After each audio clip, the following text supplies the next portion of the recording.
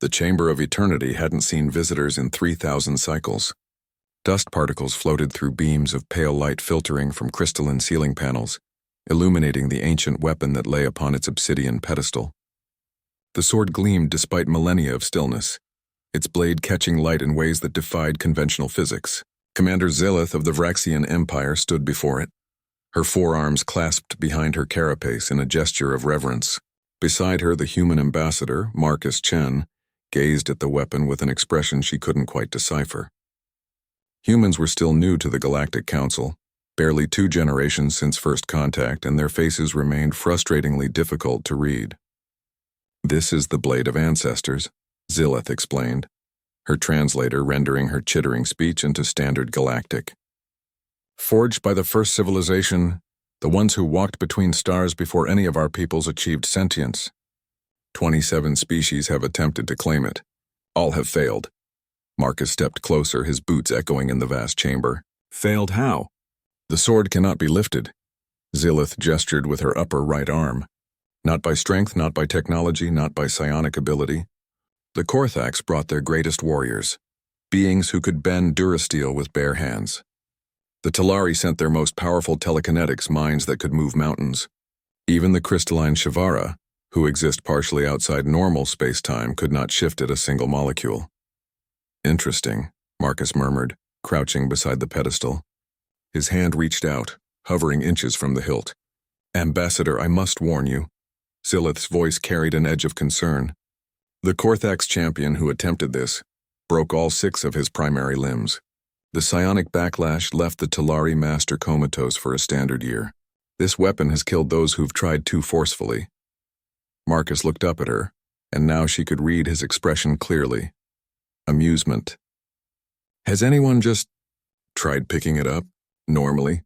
Zilith's mandibles clicked in confusion. That is how one picks up a blade, Ambassador. There is no normal way that hasn't been attempted." "Humor me," Marcus said, and wrapped his fingers around the leather-wrapped hilt. The sword lifted from its pedestal as easily as a feather caught in a breeze. Zilith's translator couldn't keep up with the rapid-fire stream of shocked chittering that escaped her. Her compound eyes widened to their maximum aperture, all 4 of her arms gesturing wildly in an unconscious display of distress. Marcus stood, the legendary Blade of Ancestors held comfortably in his right hand. He gave it an experimental swing, the weapon cutting through air with a sound like singing crystal. His movements were practiced, economical, the motions of someone who'd held swords before. "Light as always," he said, almost to himself. "Impossible," Zilith finally managed. "The quantum resonance signature should prevent any biological matter from achieving sufficient grip coherence. The temporal weight field should multiply the effective mass by a factor of 10,000. You should be holding, by our calculations, an object massing approximately 12,000 kilograms." Marcus looked at the blade, then back at her. "Feels like maybe 3 kilos, tops. Good balance, actually." Weighted slightly toward the point for draw cuts. He executed a smooth diagonal slash to demonstrate. "This cannot be," Zilith approached, her sensors array deploying from her carapace to scan the impossible scene. "Your species lacks psionic capability. Your physical strength is below galactic average. Your technology level is centuries behind ours. By what mechanism have you accomplished this?" Marcus shrugged, a gesture Zilith had learned meant uncertainty or dismissal. "I just picked it up. You said nobody could lift it, but you didn't say why it couldn't be lifted. What if the sword doesn't want to be lifted? What if it's been waiting?" "Waiting." Zilith's translator added a questioning trill. "For what?" "For someone who doesn't try to conquer it," Marcus suggested, examining the blade's edge. "Every species you mentioned. They sent their strongest, their most powerful, their most ambitious. Warriors, conquerors. People used to taking what they want by force." He met her many-eyed gaze steadily. "Humans used swords for thousands of years before we reached the stars. We have swordmasters who dedicate their entire lives to understanding these weapons, not as tools of domination, but as partners, extensions of ourselves. We have a concept called way, harmony between wielder and weapon." Zilith processed this, her cybernetic enhancement running probability matrices. "You're suggesting the sword is sentient? That it judges those who approach it?" "Maybe. Marcus turned the blade, light cascading along its length in impossible colors. Or maybe it's simpler than that. Maybe the first civilization made a weapon that could only be used by someone who respected it, someone who asked rather than demanded, someone who understood that true strength isn't about overpowering everything in your path. He offered the sword to her, hilt first. Want to try? Zilith reached out with her upper right hand, gripping carefully where Marcus had held it. The moment his fingers left the leather, the weight became unbearable.